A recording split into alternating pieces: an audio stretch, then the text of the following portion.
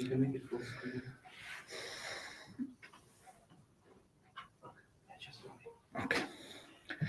Bismillah ar-Rahman ar-Rahim. La hawla wa la quwwata illa billah al-aliyyil azim. Alhamdulillah rabbil alameen. Wa sallallahu ala sayyidina wa nabiyyina Abil Qasim al-Mustafa Muhammad. وآله الطيبين الطاهرين لا سيما بقية الله في الأرضين أجل الله تعالى فرجه الشريف اللهم أخرجني من ظلمات الوهم وأكرمني بنور الفهم اللهم افتح علينا أبواب رحمتك وانشر علينا خزائن علومك برحمتك يا أرحم الراحمين. Alhamdulillah, we studied the main part on Shafa. Allama Tabatabai Rahmatullah Alayh has now a philosophical discussion about Shafa. We try to make it simple as much as possible, but those of you who have studied philosophy and Risalatul Wilaya, you find it much easier. So, on page 183 of volume 1 in Al-Mizan, he says, Bahthun falsafi. So this is after Quranic discussion, after Hadith discussion, now Bahthun falsafi. He says, when it comes to Ma'ad, to resurrection, we cannot expect philosophical approach answer all our questions about Ma'ad. Yeah, this is one of the areas that for philosophers it's very difficult to address, Ma'ad. So he says, البراهين العقلية وإن قصرت عن إعطاء التفاصيل الواردة كتابا وسنة في المعاد. It says intellectual arguments fall short to give all the details that we have in Quran and Sunnah. Why?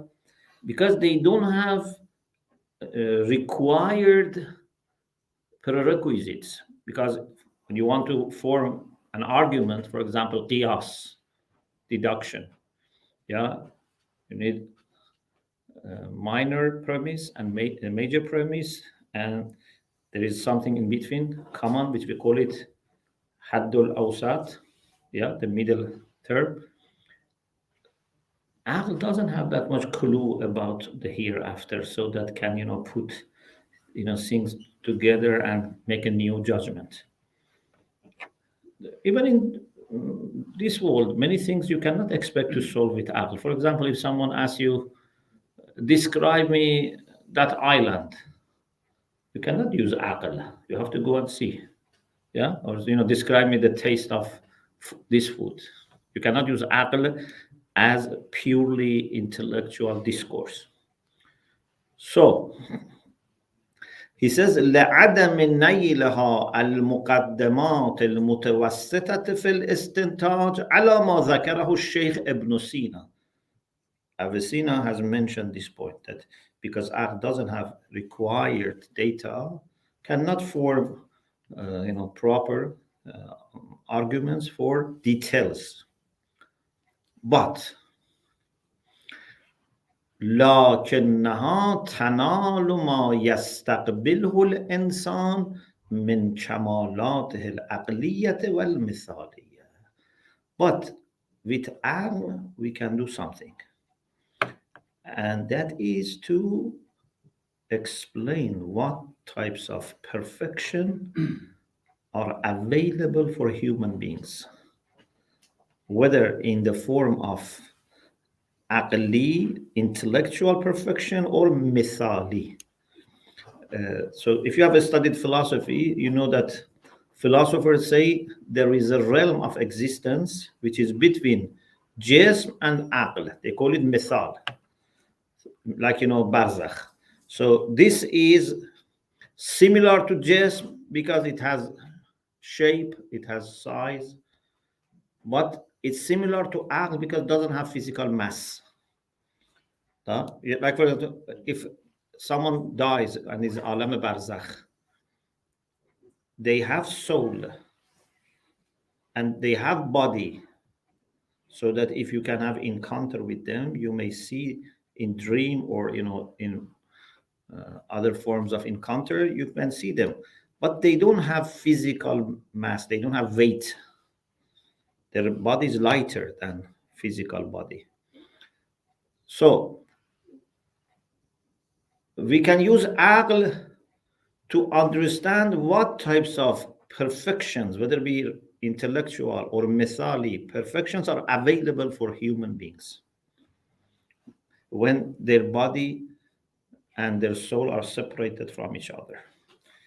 So here he has a beautiful discussion. I hope, inshallah, it will become clear. He says, human beings in the beginning are in a condition which is very much potential. Although when we are born, we have fitra, we have, some light. But to great extent, we are still potential. Lots of potentials are in every human child. Yeah, we have to build ourselves. We have to become, more and more perfect. So he says, every action that we do leaves an impact on our soul. If you do good actions, they would leave good impacts on the soul. If you do bad actions, they leave bad impacts on the soul. He says, يحصل له من كل فعل يفعله هيئة نفسانية. From every action, something happens to our soul, but it's not very deep. One action would not leave a deep, permanent mark on the soul, but it leaves some impact, some mark on the soul, which can be a condition suitable for sa'ada or shaqawa. Either it's something positive, which is good for our felicity, or something negative, which is for shaqawa. نعني بالسعادة ما هو خير له من حيث إنه إنسان. Also, this sentence by itself is a very important point. In some other discussions, we have explained that anything which is human, meaning exclusive to human beings, that is also a perfection for us. Anything which is human, anything which is shared with animals is not perfection for us. They cannot be enough for our life. If anyone lives in this world and just operates at the level which is common with animals, then we cannot say this person is living a human life. Yeah, like for example, if there is apple tree is expected to bear apple. If you have apple tree which is just giving you wood or shadow, then you say, I don't want this, I want apple tree. I purposefully purchased apple sapling, and I want apple tree. Or for example, if there is tree but just has weight like a rock, you say, no, I want apple tree for the very last differentia. I don't want any tree, I don't want any wood, I don't want any heavy object, I want apple tree. Therefore, philosophers say, حقيقة الشيء بفصله الأخير. The reality of everything is based on its very last differentia. What makes apple tree different from orange tree, from fig tree? That is the reason for going for apple tree, not what is common between these and other trees and other wood and other heavy things. Okay, so why a human being is a human being? Although we share things with animals, we share things with plants, we share things with non-living beings, we share things with many types of beings. But what makes us human is the very last part. Yeah, very last differential. So he says, نعني بالسعادة ما هو خير له من حيث إنه إنسان. So we mean by felicity or happiness or sa'ada, what is good for this person as a human being. So anything that grows us in our humanity is good for us. Okay? And shaqaba is ma yuqabilu dhalik. Anything which is a loss in humanity, then this is to be, unfortunate. Then these little marks, these little conditions, if they continue, they become malaka, which is a established permanent quality of the soul. Okay? ثم تصير تلك الأحوال بتكررها ملكة راسخة. Then they become established quality of the soul. Okay? ثم يتحصل منها صورة سعيدة أو شقية للنفس. When malaka comes, then after that we will have a permanent surah. Surah is a substantial form. It's different from shape. Shape is just aras. It's like surface. When we say surah, means substantial form. So through repetition and continuing in bringing these good actions, you would achieve, you would acquire, you would develop permanent qualities. Then your soul would be substantially shaped and formed by these good things, or the opposite.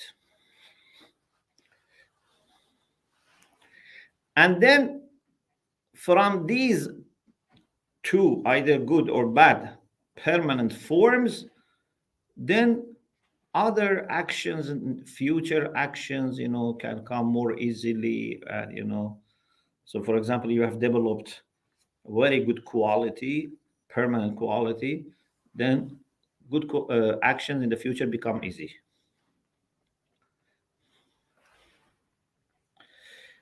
Then, when the soul is sa'id, is a soul which has reached felicity, a soul which has developed that substantial form of virtues, then if does good things, would enjoy, would get pleasure, because these good things match this soul. So he says, النفس السعيدة تلتز بآثارها بما هي إنسان وتلتز بها بما هي إنسان سعيد بالفعل. So whatever good things you do, you will enjoy, because they match your substance and they give you pleasure. So a generous person, when helps a poor person, would enjoy. But if you don't have that quality of generosity and you force yourself to give, you may not enjoy that much. Maybe painful.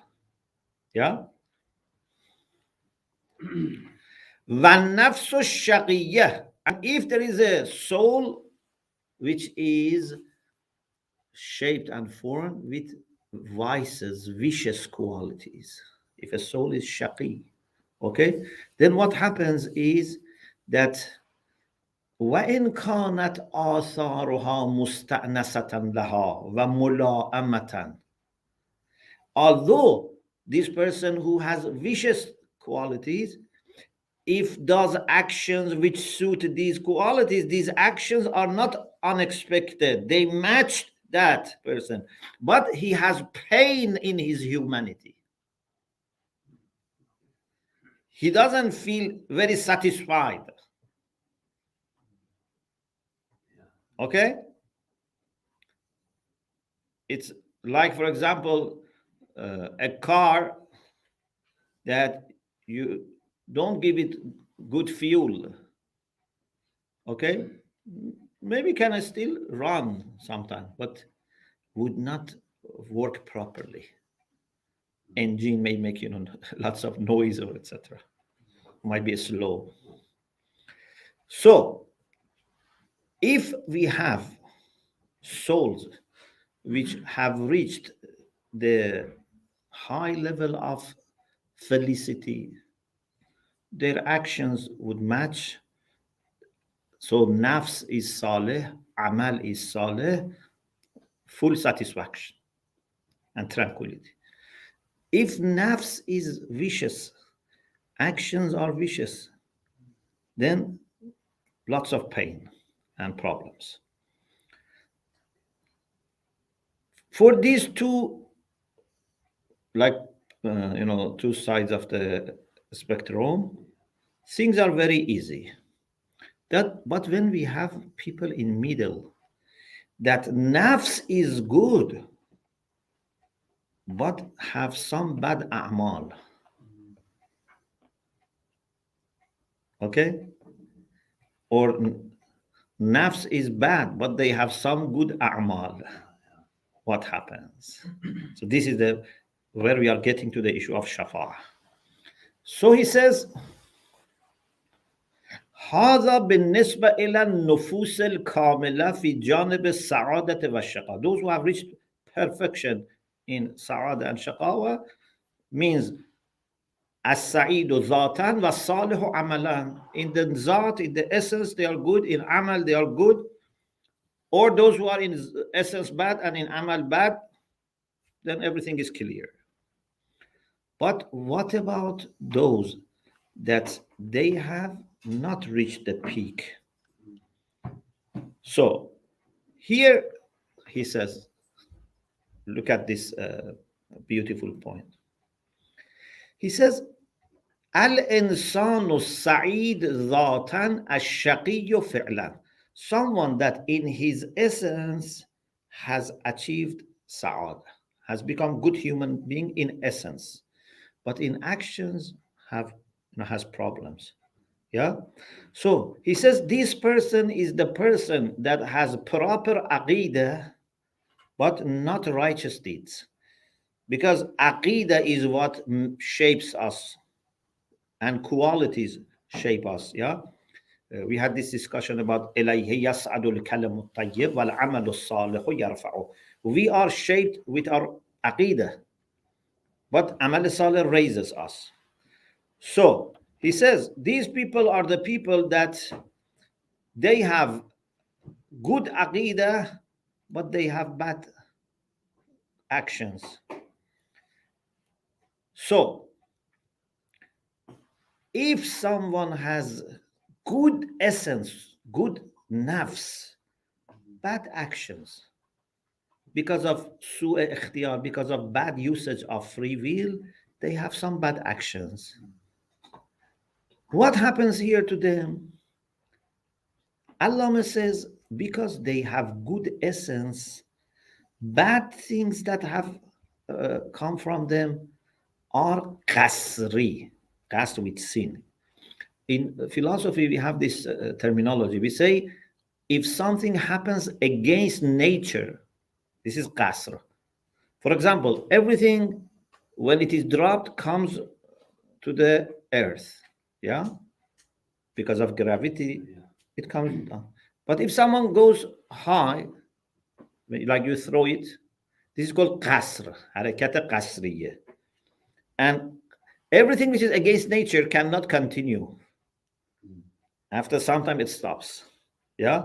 If something is according to the nature, continues. If it's against nature, cannot be permanent. Therefore, if someone's nature is good, substance is good, has some bad actions, these bad actions cannot remain forever. So this person finally will be freed from those bad actions. So if a mu'min has some bad actions, finally would get free from those bad actions if manages to keep iman. Okay? So he says, هي أمور قسرية. These are something that are forced to him. And therefore, they are not suitable for his nafs. Because nafs is salih. These actions are bad. These are pressures coming from outside. وَقَدْ أُقِيمَ الْبُرْهَانَ عَلَىٰ أَنَّ الْقَصْرَ لَا يَدُومُ. Something which is against nature cannot be permanent. فَهَذِهِ النَّفْسِ سَتُرْزَقُ التَّطَهُّرَ مِنْهَا. So this person would finally be freed from these bad actions. Either in barzakh. In barzakh, some people are purified. Yeah? Or it can be later through Shafa. On the other hand, those people who have bad nafs, they have damaged their nafs, they have not grown in humanity, they have no proper aqidah. These people have, if they have some good actions, these good actions again cannot remain with them. They would lose it. So they would suffer. Yeah. So what about those people that didn't manage in dunya to shape themselves either in a good way or a bad way? They didn't have enough of actions. For example, someone died very soon, or very much mixed good things and bad things, so none of them take precedence.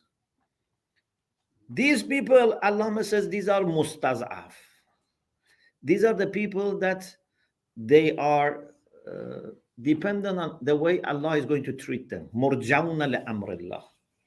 There are people that Quran says these are the people who have not been able to achieve enough, and we have to leave the judgment to Allah subhanahu wa ta'ala. He would judge. So أما النفس التي لم تتم لها فعلية السعادة والشقاوة في الحياة الدنيا حتى فارقت البدن مستضعفة ناقصة. These are those people who are mustad'af, not in a financial sense. Mustad'af in the sense that they were not able to develop themselves. Maybe someone had little mental capacity, for example. Maybe someone didn't live enough. Okay? For any reason. Someone was denied truth. So these are mustad'afun. They have no, clear attachment to this side or that side. These are murjawla amrillah. Okay. Allah says, this is what from intellectual discussions we can understand and we can bring light to the issue of reward and punishment. Why? Does this one sentence here is one chapter of Risalatul Wilayah.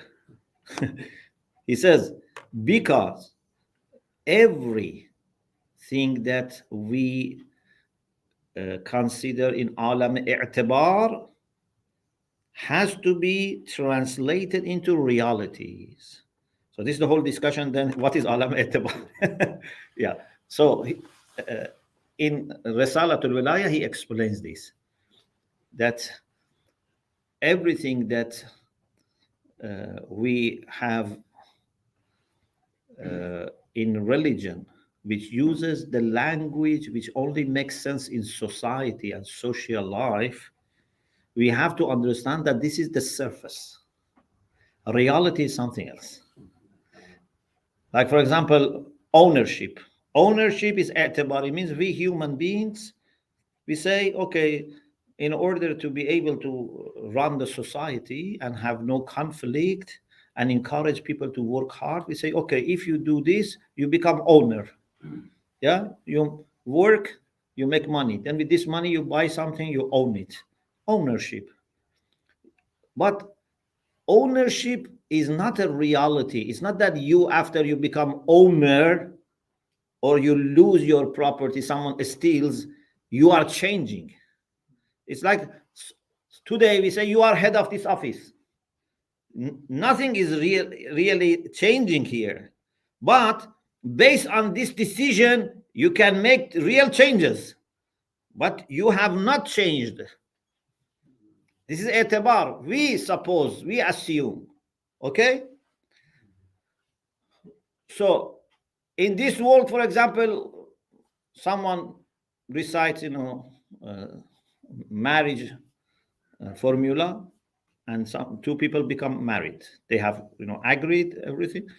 But this is based on a kind of contract. Okay? Maybe another day they become separate. But the relation between husband and wife in heaven is not like this.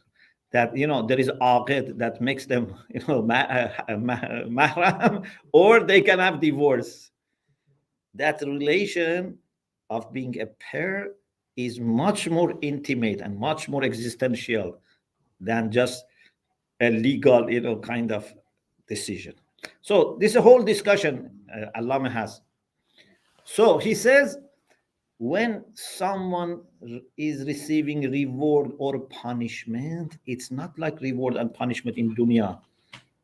In dunya, they say, okay, this thing is illegal. And then they say, this is the punishment, penalty. Another country says, this is illegal, but the punishment is different. Another country says, no, this is legal. It's all based on kind of arrangement and contract.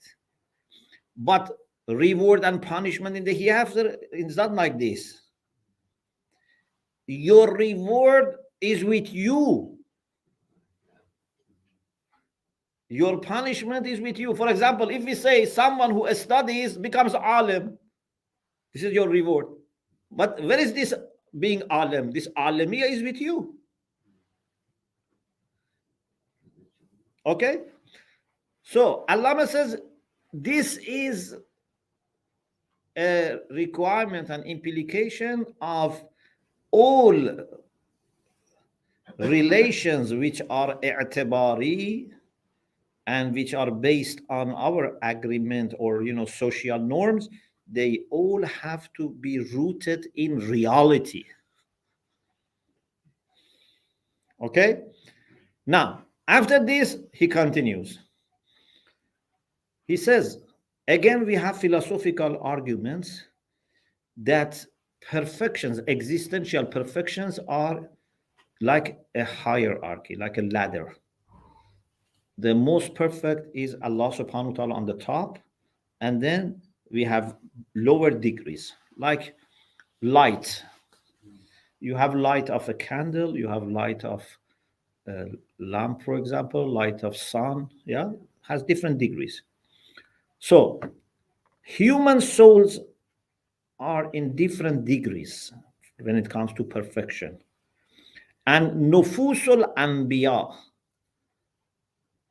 the souls of the prophets and awliyaullah, especially those who are in higher levels, they are in such high position that they occur between Allah and lower souls.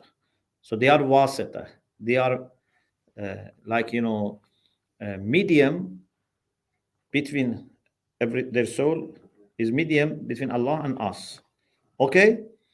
So when this person who has good self, good soul, and bad actions is going to finally be polished and purified and get more perfection, where does this grace come to him?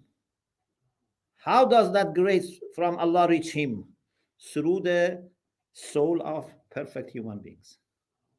This is philosophical explanation of Shafa.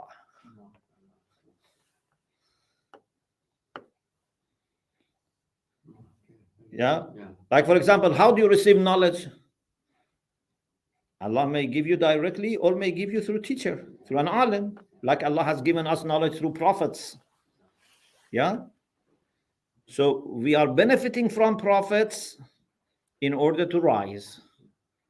So Shafa is possible to be explained in this way.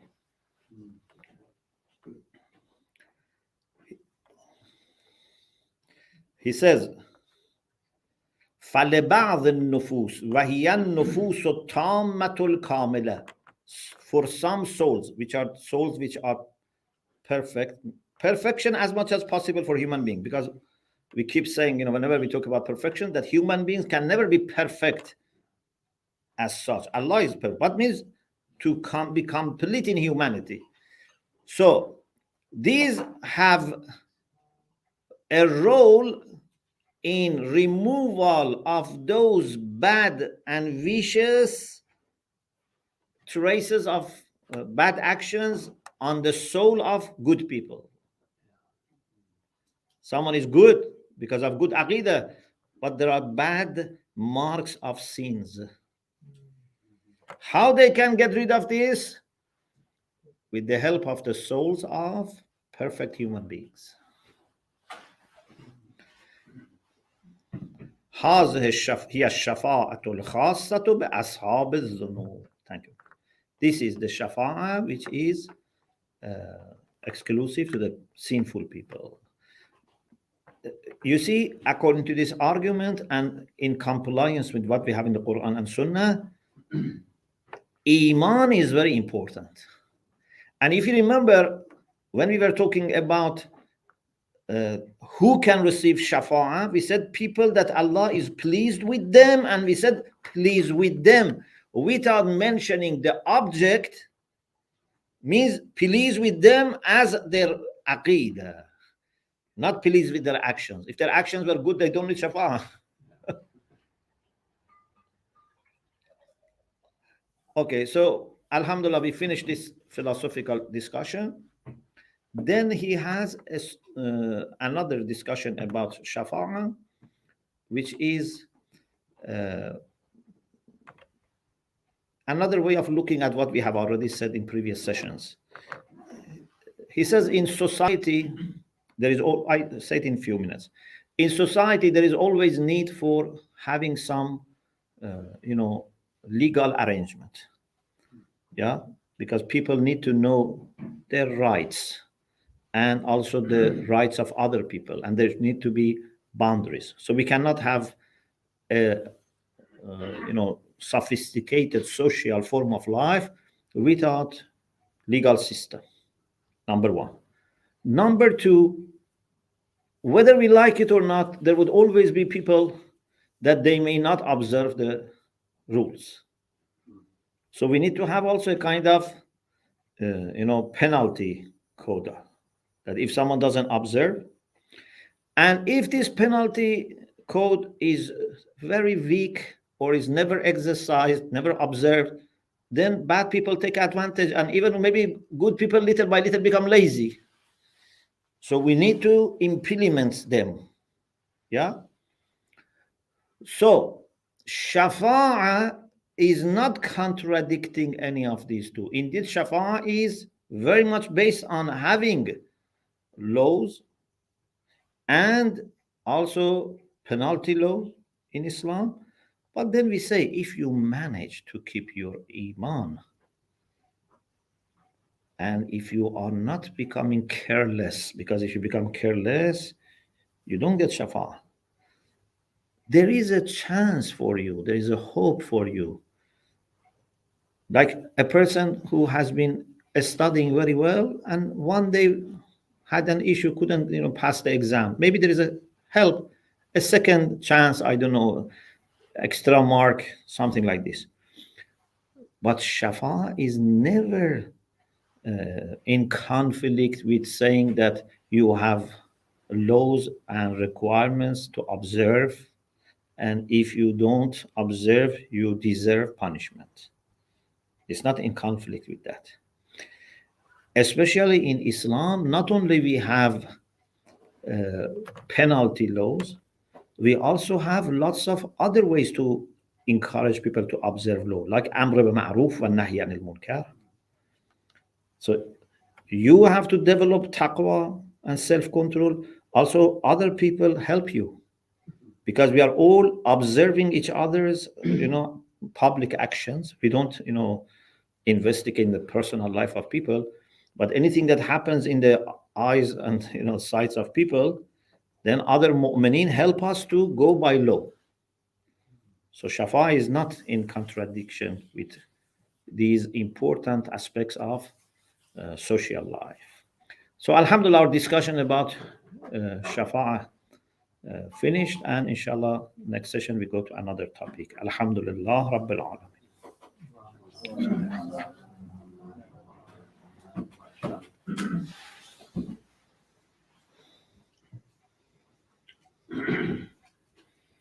So we give a break, or So we have time for some questions. If anybody has any questions on Shafa, please. I have a question. yes. Assalamu alaikum. Alaykum assalam. You mentioned that when people have a good aqidah or a good base or a good soul and they commit sin, they're either purified or they have shafa'a. Just to understand the difference, I know the difference, but what I'm trying to get at is Allah is Ghafur Rahim and Rahman Rahim. So obviously he has the discretionary. He has discretion to have mercy upon everybody. If so, when it comes to the mu'min who has the aqidah of the right aqidah and has committed a sin, do we know if the shafa'a will be the one that will save us or like remove our sins, or will we know if it's going to be the mercy of Allah, or do we know if it's going to be? It's all mercy of Allah, but sometimes mercy comes directly. Yeah. Sometimes someone has to intercede. Right. But even shafa'a is because of mercy of Allah that He has given this provision. But my question is also in regards to the two. The shafa'a, is that just a removal, eradication of the sins, whereas the purification is like in barzakh, you have to go through some sort of squeezing of the grave or adab.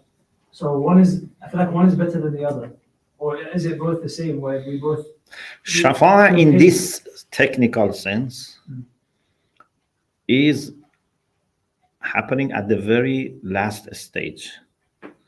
So in this technical sense, so it doesn't help us in barzakh. Okay? No, Shafa'a in this technical sense. Yes, in barzakh, for example, you may receive some help, but not shafa'a. So if someone is a good person but has some bad actions, sometimes through pressures of life, these are washed away. Sometimes with the pressure at the time of death. Sometimes with difficulties of barzakh. Sometimes with difficulties on day of judgment. But sometimes none of these help. Then shafa is the last resort. And shafa is not a painful form of eradication of the sin. It's just like it's okay. Or I don't know. Or do we feel that? You know what I'm trying to understand? It's not a punishment, it's a favor. Okay. Yes. It's a favor, it's not a punishment. Yeah. But the purification is a punishment. Yeah, those means through hardship. Okay. Yeah, through hardship, you will be purified. So can we make dua that we don't have the purification, we have it the other way, the shafa'a, because it's more less painful? No. Ask Allah to forgive you right away. We don't need to wait for hardship. So we can do tawbah and ask Allah to forgive us right away. This is for someone who doesn't manage to do tawbah and doesn't manage to get a maghfirah in this world. Otherwise, the best thing is that if there is any issue, we fix it now. Don't let it for... Because, there are so many things that we may not have even noticed. We should save shafa'a for those things that we may not even understood. So whatever we can fix in dunya, we should try to fix it ourselves. Thank you. Yeah. Just following on from that, and I'll ask my question. Obviously, the whole question around getting forgiveness, receiving forgiveness is a whole different thing. I'm sure there's many conditions associated with that. And obviously it would depend on your sincerity in asking forgiveness, and inshallah Allah will forgive you. I think it's probably as simple as that, right? You just have to be sincere, and then Yeah. Sincere and try also to fix if it's possible. So if there is damage done to someone, or if there is qadha required, certain things have compensation. Certain things we cannot compensate.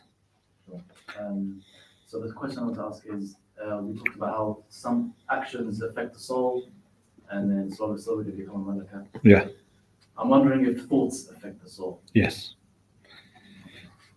When these thoughts become like beliefs.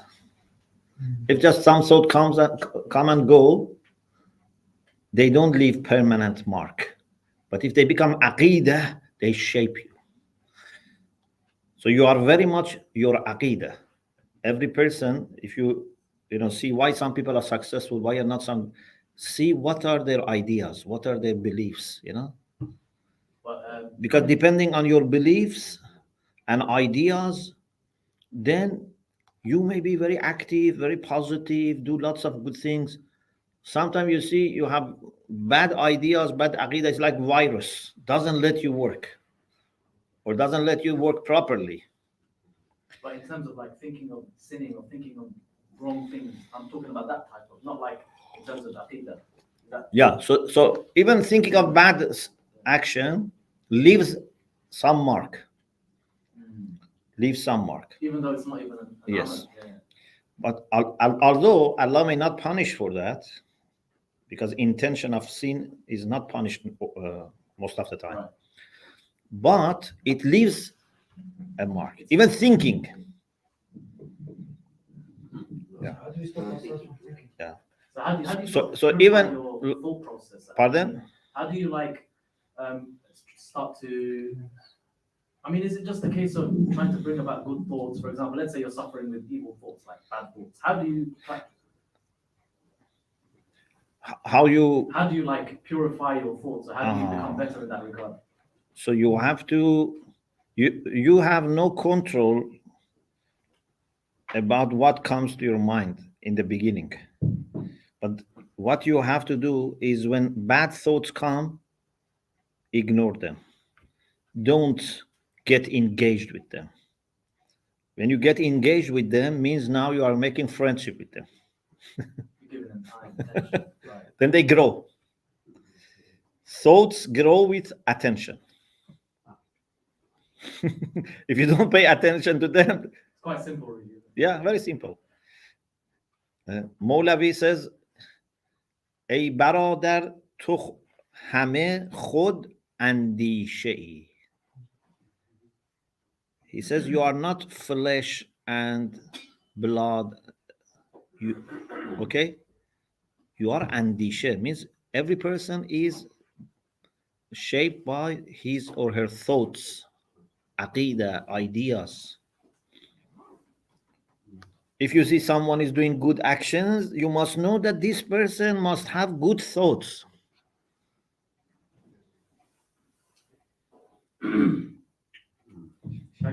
There was a question that came online, although it's not explained, but I think it's speaking about the soul of demons. There's a concept of people that are pure evil because they do a lot of bad acts, and people say that they've got a kind of demon soul. Is this something that can be explained in Islam? Or? No. If someone is vicious, it is acquired later. Because كل مولود يولد على الفطرة. We believe every human child is innocent, is pure. So no one is born as a vicious person. Yeah? And this is why we believe every child goes to heaven. Because they are born with fitra. Yes. Sorry. Just a quick question. So we discussed malake. Yes. And we always say a permanent quality when we say malake. Firstly, Sheikh, is there a danger when we say permanent that we become complacent and we say, okay, I have a malake of this? And secondly, Sheikh, how do we know we have reached this a virtue has just become a malake? Or can I identify myself that I have become a bit more relaxed? Very good question. When we say this is permanent, we don't mean permanent in the sense that is not changeable. it means that it is not going to change by itself. Okay? Like, for example, this TV here is permanent. This desk in here is not permanent, in the sense that any person can come and move it. This person needs a special arrangement to change it. Otherwise, this can also be changed, but not easy, because with screws and this kind of thing, they have fixed it. So malake is also possible to change, but it's not easy. And if you leave it, it remains. But if something is hal, condition, mode, hal expires quickly. Maybe someone, for example, watches some movie or listens to a lecture, they encourage him, he feels very brave, and for a few days he wants to fight enemies, etc. But this person may not have achieved bravery. Therefore, after a few days, if we leave him to himself, again he becomes the same person that he used to be. But a brave person, even if we leave him for years, bravery is there. Whenever is needed, comes. For example, if I give charity and I'm enjoying to give charity, can I say that I have malaki, or that's still not? They say malaka kayfiyatun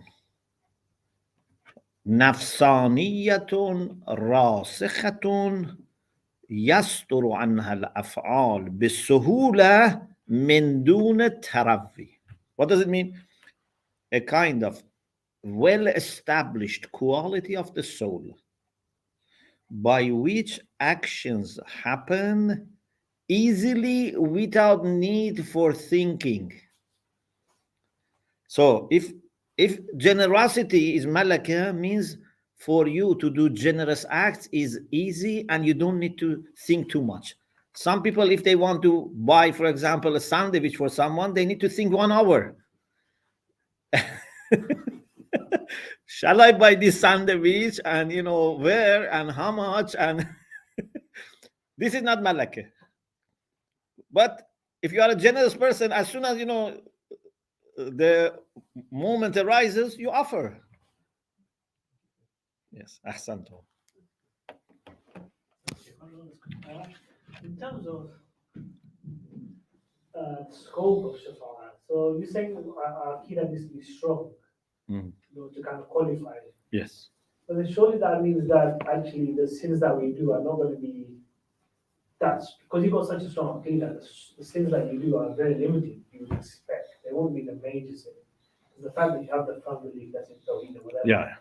So is a scope of shafa'a limited in that sense, where it will be for maybe a small amount of people, or do we say the majority of people have a strong Akida? Yeah, a very good question. So if Aqidah is strong, certainly this person doesn't do all kinds of vicious things. Yeah. For example, salat. Salat is something that a person with proper Aqidah would not fail to do. And therefore, Imam Sadiq said, لَن تَنَالَ شَفَاعَتُنَا مُسْتَخِفًا بِالصَّلَاةِ. If someone does istighfaf, means underestimates his salat, would not receive shafa'ah, because man taraka salat muta'ammidan faqad kafara. Because if someone deliberately doesn't say salat, it's like having no aqidah. Or for example, in our hadith says that a mu'min may do this sin or that sin, but mu'min would not tell lies. It's very much in conflict with the very essence of Iman, if you are a liar. Okay? So Aqidah has to be strong so that you can be resurrected as a believer. Otherwise, you may not be resurrected as a believer. Therefore, some sins are so bad that they lead to kufr. We said this, ثُمَّ كَانَ عَاقِبَةَ الَّذِينَ أَسَاءُوا السُّوءَ أَنْ كَذَّبُوا بِآيَاتِ اللَّهِ. the end of people who did bad things was that they denied them the signs of Allah subhanahu wa ta'ala. This is why Allah says Shafa doesn't let anyone to be careless, because they make sure that they keep their iman. I just have a quick announcement. Yes.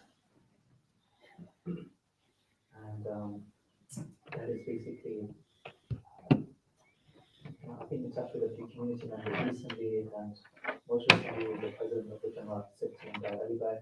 And there's a big push at the moment to secure the funding for the new property, as we're all aware. So there is very much encouragement to still donate. I think according to the website, there's approximately 6 million more to go, more or less.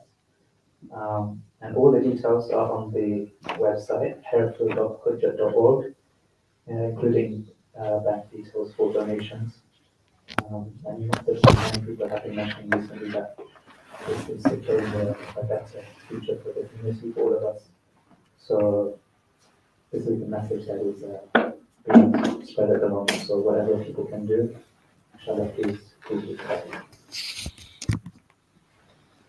And there was, we said we were finishing with that topic, but there was one last question I feel I have to ask it from Dr. Rahim, who's watching online. Oh, assalamu alaikum. It says that if a previous good person becomes jealous and destroys another person with accusations, rejected and condemned in Surah An-Nur, what would be the fate of that person?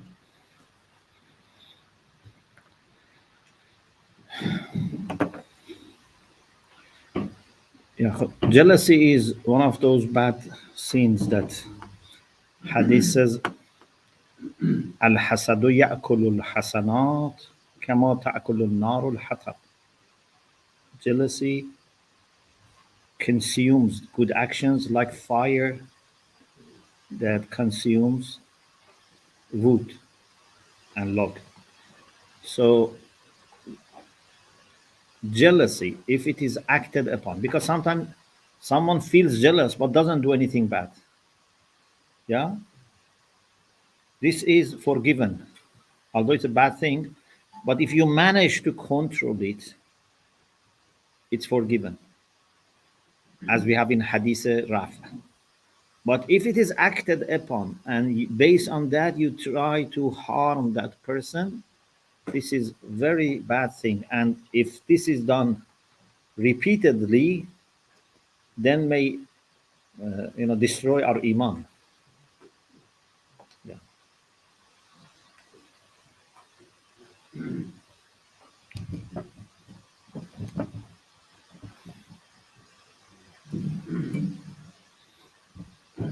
So now we continue our study about wudu. Inshallah, today we complete the discussion about wudu based on Allama Sharafuddin's book. We are ready? Okay. Bismillah ar-Rahman ar-Rahim. La hawla wa la quwwata illa billah al-ali al-azim. Alhamdulillah rabbil alameen. وصلى الله على سيدنا ونبينا أبي القاسم المصطفى محمد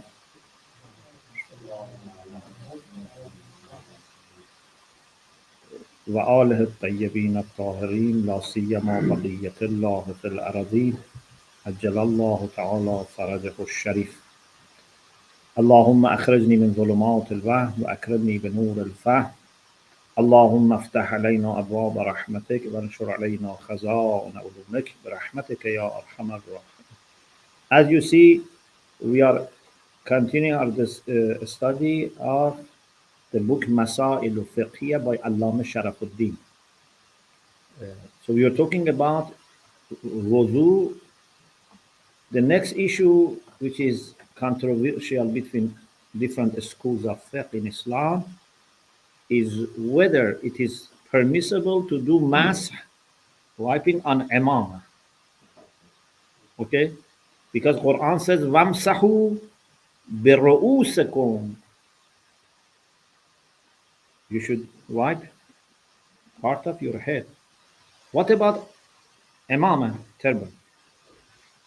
Allama Sharafuddin says, ذهب علماؤنا إلى عدم جواز المسح. Shia scholars say it's not permissible to do mass on imam. And also, some Sunni scholars have the same idea. For example, Imam Shafi'i, Abu Hanifa, Imam Malik, Imam Ahmad ibn Hanbal. But some people say it's permissible. And they argue based on a hadith that Mughayrat ibn Shu'bah reports that the Prophet did mass on Imam. Allama Sharafuddin says, what is sufficient for us is ayah. Ayah says, Wamsahu birru'usikum. Imama is not ras. Imama is not my head. Imama is on my head. Is not. And what we have in reliable sources is that Rasulullah always did mass on the head, not on Imam. If they want to do qiyas with doing, mass of feet on boot and socks, first of all, we don't accept qiyas. Secondly, we had issue even with wiping on the boot and socks. We didn't accept that. And this hadith of Mughayra, although it is mentioned in Sahih Muslim, but many Sunni scholars have not acted upon this. This is why Abu Hanifa, Shafi'i, Malik, none of them accepted this. They found this hadith not reliable. Who is Mughayra? Mughayra is a person who was very vicious person. And if he embraced Islam, it was just to save his own life. Because with some people from Bani Malik, they went to Egypt, Iskandariya. And then these people that he was traveling with them, they managed to get some gift from the king of Iskandariya. He didn't get anything. He made them drunk. And then he killed them. And he took the gift of the king that had given them and went back to Mecca. And in order to be saved, he said, I'm a Muslim. Ashhadu an la ilaha illallah. So that, because, we say if someone has become a Muslim, then his blood would be respected if he had done something bad in the past, for example. So this person with this history, how can you rely on one single thing from him? This is why many of our Sunni brothers, great scholars, didn't accept this. The next issue is, هل مسح الرأس حد? Is there any limit, any extent for masah al-ras? Should we do mass of all the head, part of the head?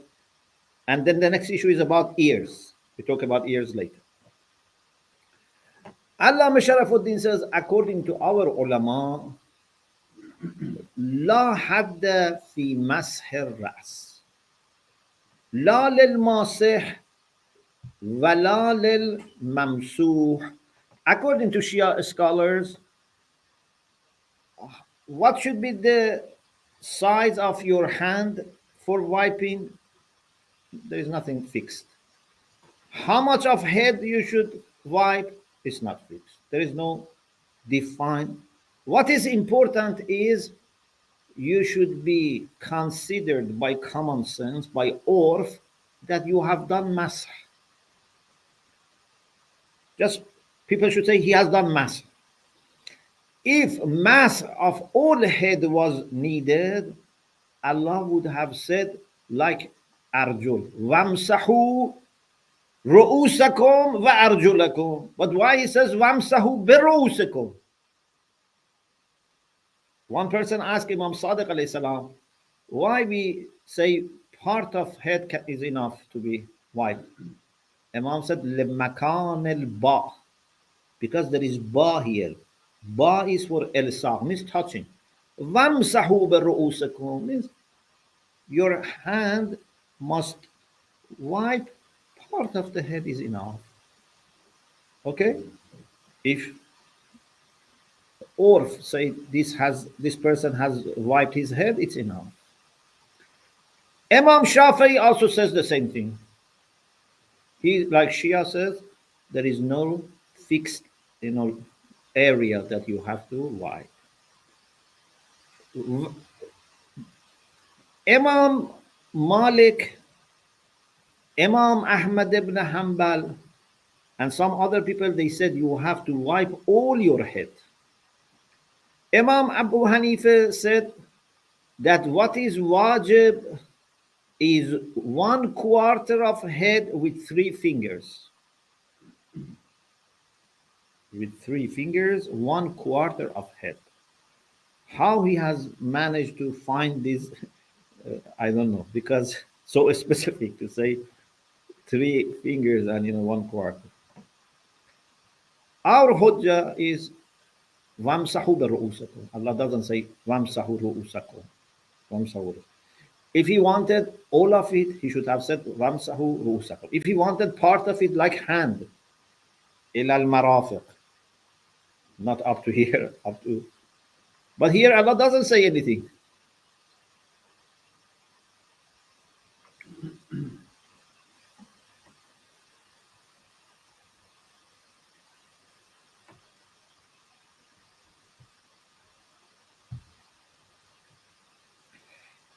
Now, there are 6 issues that we want to discuss. One about ears. Mashul udhunain. Do we need to wipe our ears? Shia scholars following Imams, they say wiping ears is not part of wudu, because we don't have any reason from Quran or Sunnah or Ijma. What we have in the Quran is qaslatan and mashatan. Yeah? And when you are going for salah, فَاغْسِلُوا وُجُوهَكُمْ وَأَيْدِيَكُمْ إِلَى الْمَرَافِقِ. So qaslatan, وَامْسَحُوا بِرُؤُوسِكُمْ وَأَرْجُلَكُمْ مَسْحَتان. 2 washing and 2 wiping. There is no ear.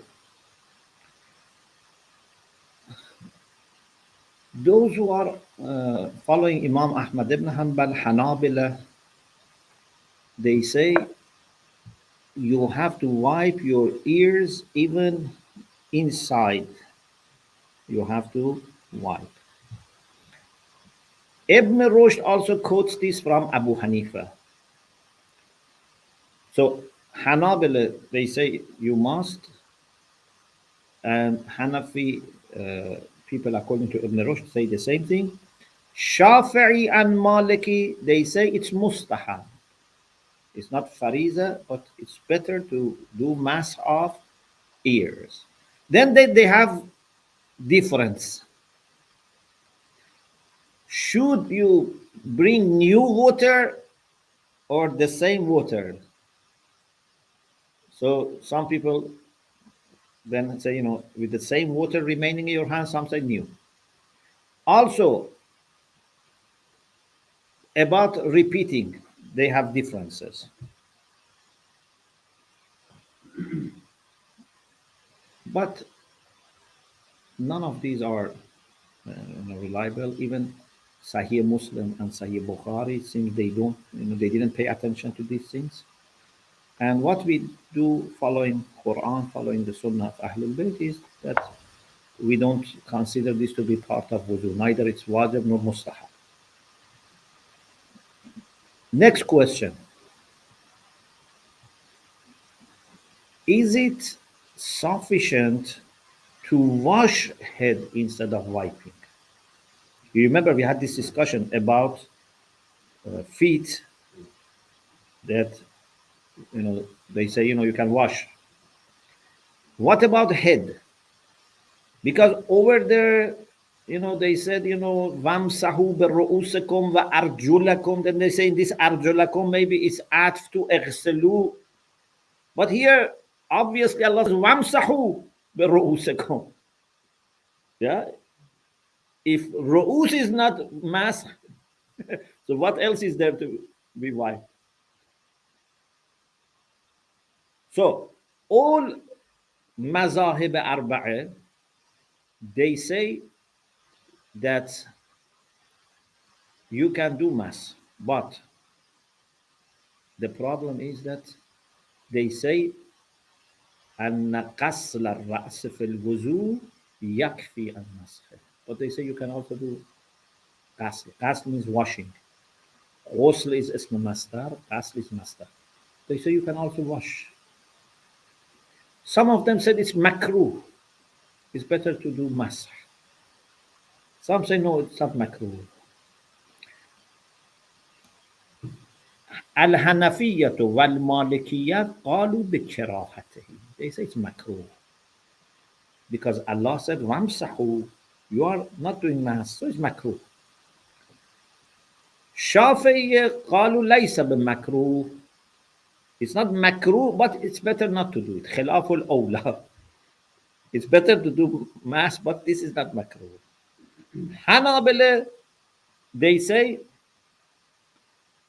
you can do washing, but بشرط إمرار اليد على الرأس. You should move your hand on the head. So if you put your head underwater, no, but so that your hand has a roll. Imamiyah say, no, washing is not adequate. Because Quran says, Vamsahu. Rasulullah did mass. A'imma did mass. And we don't have any reason to say that qasd is enough. And what some people said, you remember, some people said, if you do ghasl, mass is also included. Yeah? Like when you have 100, you have 90. In Farsi, say, چو صد آمد 90 هم پیش ماست. Okay? They say, if you do ghasl, you have done more than mass. No problem. You say, no, these are two realities. If I tell you wipe your computer, you cannot wash it. These are two different things. You cannot say, I did something more. You must be very happy that I listened to you and I did extra. No, you did something else. I didn't tell you to do this. The next issue is the same sequence of actions in wuzu needed, or you can do in a different order. For example, instead of starting with washing your face, you start with hand or with wiping your foot. Imamiyya Shia scholars, they say tartib is necessary. In the same way that we have in the Quran. فَغْسِلُوا وُجُوهَكُمْ. So first, wash your face. وَأَيْدِيَكُمْ إِلَى الْمَرَافِقِ. Then wash your hands. Then وَامْسَحُوا بِرُؤُوسِكُمْ وَأَرْجُلَكُمْ إِلَى الْكَعْبَةِ. Malikiyya, Hanafiyya, and some others, they said there is no need for order. They said it's better, it's mustahab to follow the same order. But if you don't follow, your wuzu is not void. They said, for example, if you start with your left foot, which is the very last part, they said no problem. And end with washing your face. Ala aksal ayah. Quite opposite to the order that they said this order is example. It's not, or maybe better, but it's not necessary. We say follow the order. Quran gives this order. Even if you say, Quran doesn't say fa or summa, it says vav. Because, if you have studied Arabic, they say, al-fa li-tartib bil-tisali, summa li-tartib bil-infisali. Fa and summa, they show order. one with gap, one without gap. Wav, they say it can be both. For example, if Zayd and Amr have come, if they have come together, I can say Ja'a Zaydun wa Amrun. If Zayd comes first and Amr comes second, still I can say Ja'a Zaydun wa Amrun. If Amr comes first, I can say Ja'a Zaydun wa Amrun. Wav doesn't need tartib. Okay? Yes, we say yes, there is a difference, but some scholars of ilm al-sarf and nahw, which is, I mean, adab Arabi, here is more nahw. They said even in wav, the first principle is to follow tartib. Why you are saying the opposite way? Yes, it's not 100% explicit that it has to be with the order, but the first is to suppose that the order is important. At least for the sake of ihtiyat, you should follow the same order. Plus, the sunnah is this. We have never had any authentic case that Rasulullah changed once he washed face first, another time washed hand first, another time wiped first. We don't have such a thing. He says, Kufiyun in Nahr, they said, Wav is also for tartib. Rasulullah was committed to tartib. Although Rasulullah many times did wuzu, because Rasulullah was committed to make wuzu not only for salah. Always he had wuzu, even sometimes he was doing wuzu over wuzu. So thousands of times he made wuzu. Where are the reports that he did wuzu another way? The minimum is that to be on the safe side, observe the order. At least if you have no other reason, this order which is mentioned in the Quran is acceptable. Don't take risk.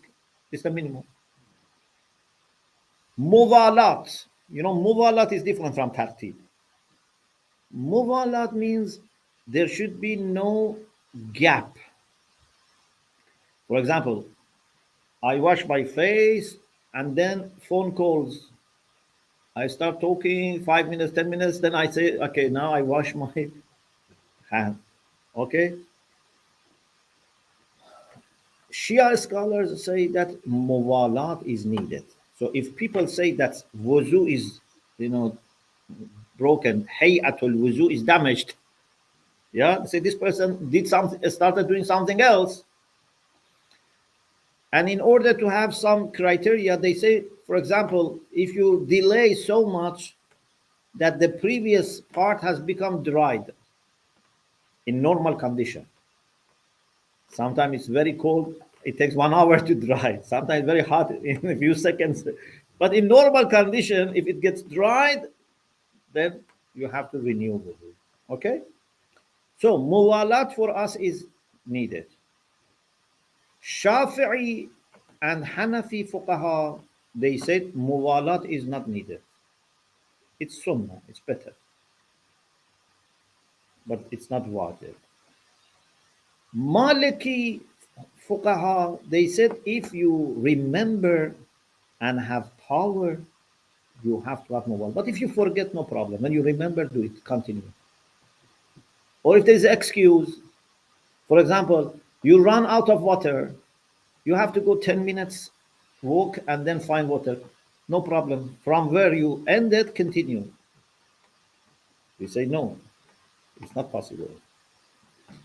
Rasulullah sallallahu alaihi wasallam is never reported to have made gap or break in his wudu, even once.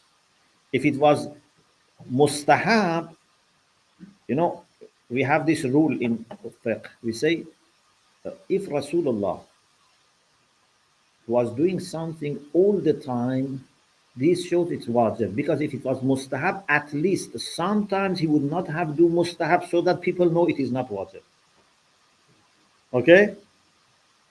So if he has always, without exception, done it, it's wajib.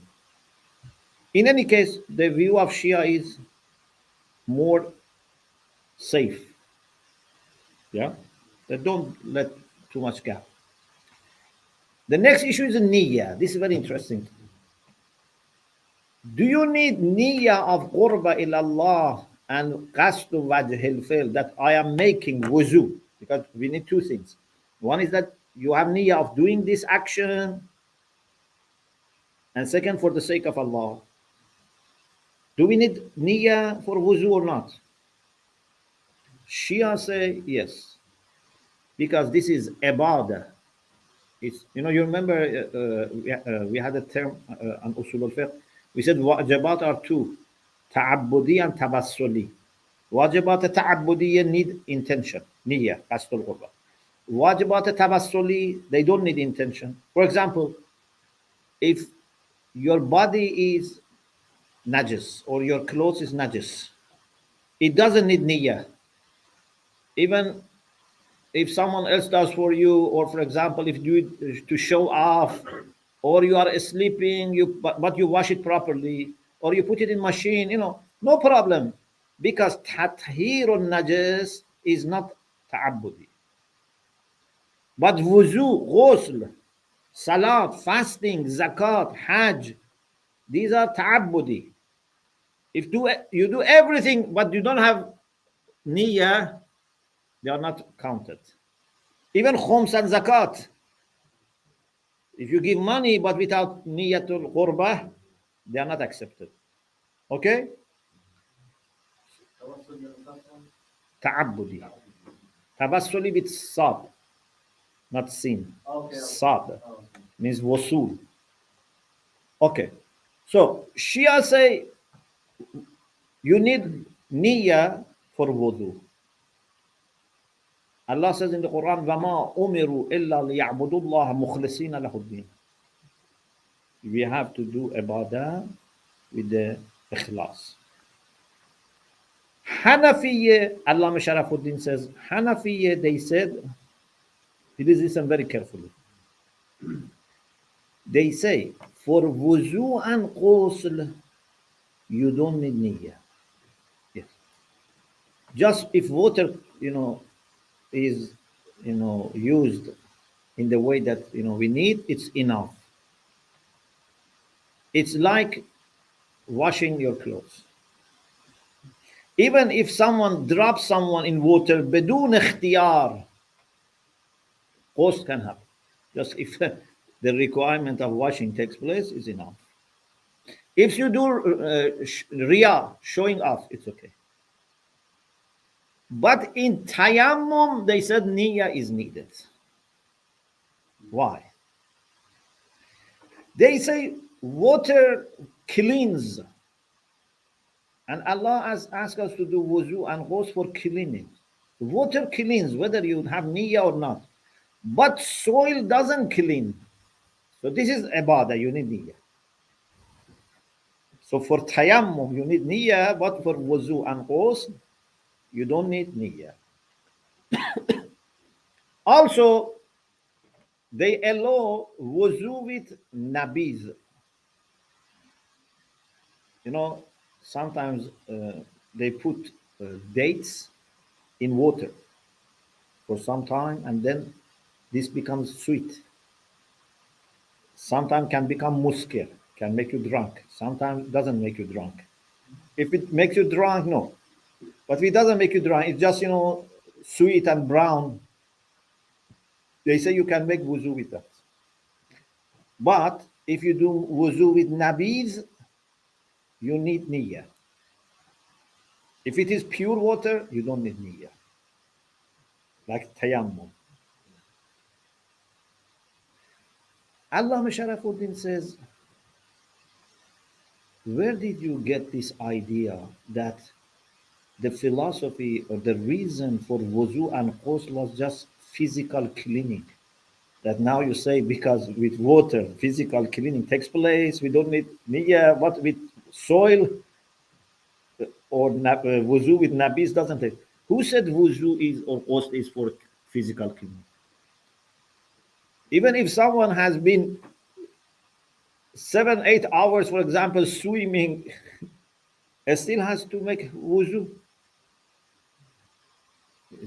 Wudu is not for physical cleaning.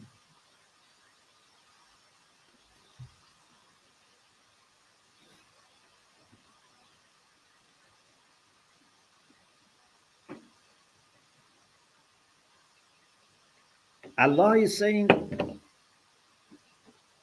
إذا قمتم إلى الصلاة فاغسلوا وجوهكم وأيديكم. For salat, you must wash. Doesn't say that, for example, if you are not, your hand is not clean, then clean it. It's not a matter of just physical cleanness. It's a kind of ritual ablution. Yeah, it's not just cleaning. Otherwise, you can clean it maybe with, some chemicals or something. And we, in any case, what we do is safe because we say you have to have niyyah. This is ibadah, and according to the hadith of Ahlul Bayt alayhi salam, we are very clear about this. Some other Muslims also think like Shia. The next issue is about al-wudu bin nabiz. Nabiz, as I said, is the water in which they put some dates and becomes sweet. Shia say, following Ahlul Bayt alayhi salam, they say water which is used for wudu and ghusl must be mutlaq, means pure water. Of course, pure according to the urf, according to common sense. Not you need to take it to laboratory and be pure water. It's something, maybe for example, in some cities, water is a little bit salty, a little bit bitter, so that's not a problem. But they say this is water. They don't say this is juice. Okay?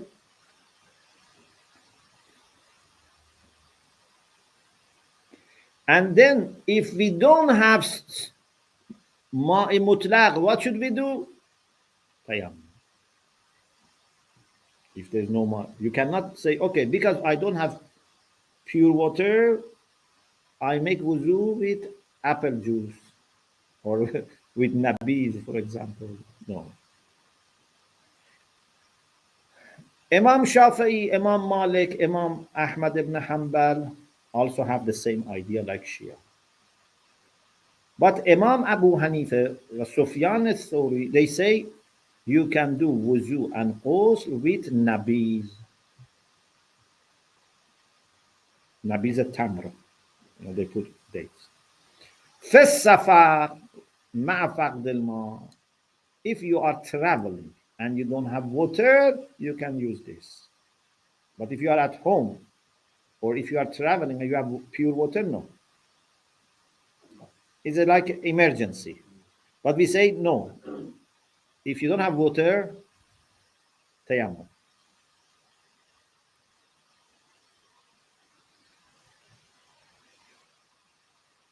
Allah subhanahu wa ta'ala in the Quran says very clearly, فَلَمْ تَجِدُوا مَاءً فَتَيَمَّمُوا صَعِيدًا طَيِّبًا. If you don't find water, do tayammum.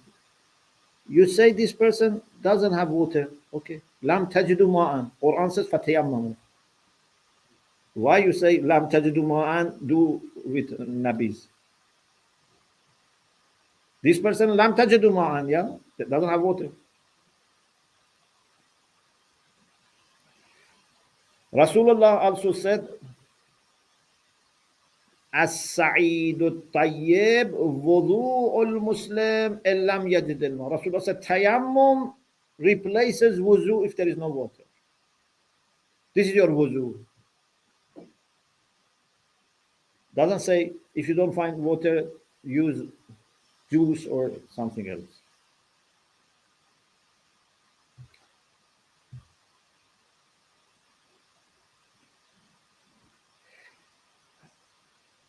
Imam Abu Hanifa, Imam of our Hanafi brothers, they use some hadith. There are actually one hadith from Ibn Mas'ud, but from two sources, two tariq, two chains of narration. There's only this. And Imam Malik, Imam Shafi, Imam Hanbali, they didn't accept this. Let us see what is this. According to this hadith, this chain, they said, as Ibn Mas'ud said, Inna Rasulallah qala lahu laylat al-jinn, in the night of jinn. You know the story of jinn and Master of jinn.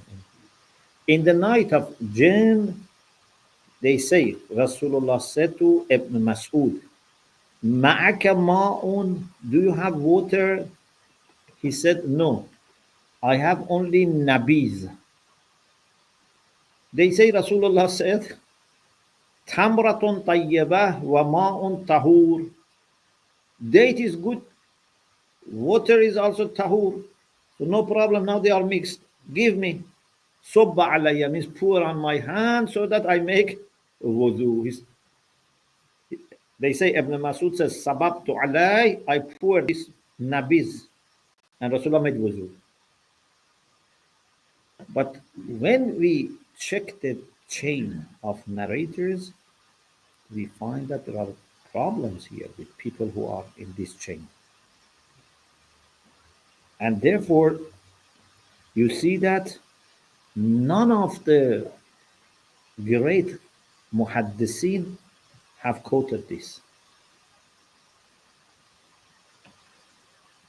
Sahih Muslim, Bukhari, Sunan Abu Dawud, none of them have quoted this because it has problem. For example, there is Abbas ibn Walid in this. Lam yakun bithiqa wala, he was not thiqa, he was not a reliable person. And great scholars like Abu Dawud have rejected this person. They said, La uhaddithu an, I don't report hadith from him. Then this Abbas ibn Walid quotes from his teacher Marwan ibn Muhammad al-Tatari. And they say he was one of the misguided Murja. Sunnis themselves say this about it. So such a hadith that they themselves have problem cannot be relied on. And in the second version, again there is problem, but in the second version there is no tawadda'a bih. Doesn't say that Rasulullah made wuzu with this.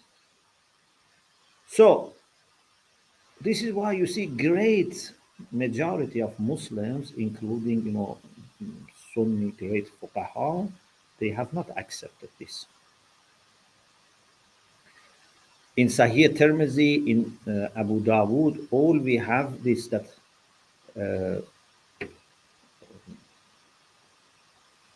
it has to be with water. Also, there is a beautiful point.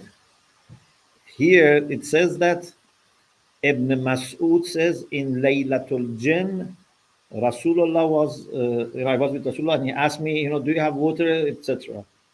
But in some of the Sahih, then it is said that Alqamah asked Ibn Mas'ud, Man kana ma'a Rasulullah Laylatul Jinn? Who was with Rasulullah in the night of Jinn? Ibn Mas'ud said Rasulullah was alone. So the same Ibn Mas'ud who says Rasulullah was alone, in another hadith they say Ibn Mas'ud did this type of wuzu with Rasulullah, for example. It doesn't match.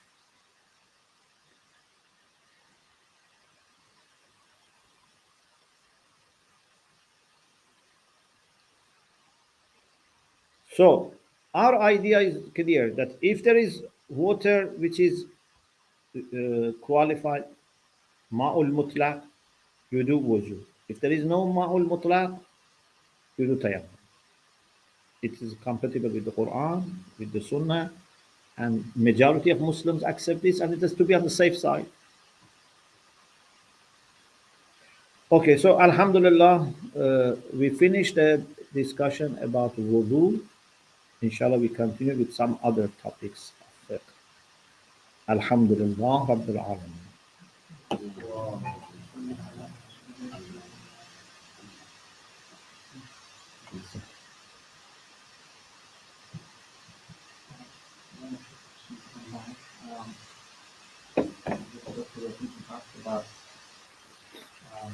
person who was jealous. Mm.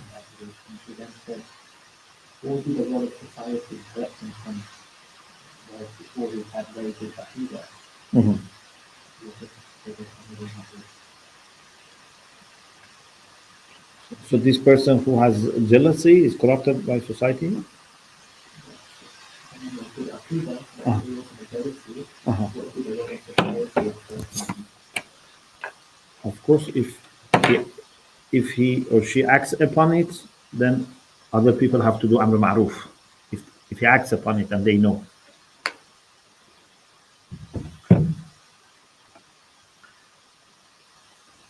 One question online.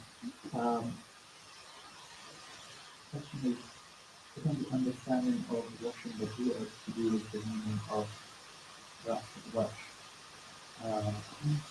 It hasn't been used for. I think the question is then, the Quranic verse, when you say that the word includes beard, or the whole that it doesn't. Quran says wajh. Wajh is the face, not ear. Plus, they do this with mass of ras, not with wajh. They do it as a requirement of mass for ras, or as a mustahab.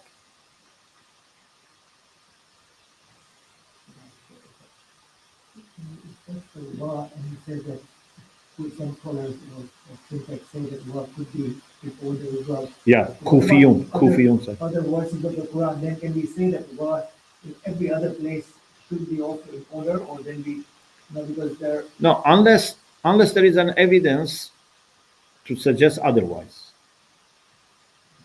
So according to Kufiyun, a speaker when uses vav and mentions things, he should have a good reason. It should be the order. Either they should have come at the same time, or this should be the order. Otherwise, why the speaker should say it opposite to the real order? It's not necessary. For example, I think it could be a word that belief in Allah, the angels, the prophets, the book. Can we say then that also there has to be that order, or we can say, okay, no, that the angels come first, or we believe in. I think there is a word about that. وَالْمُؤْمِنُونَ كُلٌّ آمَنَ بِاللَّهِ Yeah, can we have got? وَكُتُبِهِ وَرُسُلِهِ. Yeah, is that mean that it has to be that order, or again because the word is there, or can we? I'm just trying to say that. It doesn't have to. Right. But for example, over there, maybe someone says we have to believe all of them at the same time, not that first this, second this. There is no order. It means ma'iyya. But Nahwiyun say, Kufiyun from Nuhat, they say, if there is no evidence, if there is no other reason, the first assumption is that the speaker meant this order. This is not what we have to say, but this is one view. But I think the best thing is to say, Allah has said it in this way, and Rasulullah has done it in this way. Why you want to take risk? Yeah, we don't need to say something is 100% known to be wrong so that we avoid it. When something is right, and then even there is few percentage chance that another thing is wrong, we shouldn't take risk. Is there a discussion why Allah doesn't use fa or summa, and why make it more unclear, and He could have made it more clear by using these terms, fa or summa? Because then people may thought there should be a gap. Because we don't want to leave gap there. If I say Ja'a Zaydun fa Amrun, there must be a little gap. If it is Summa, means big gap. No.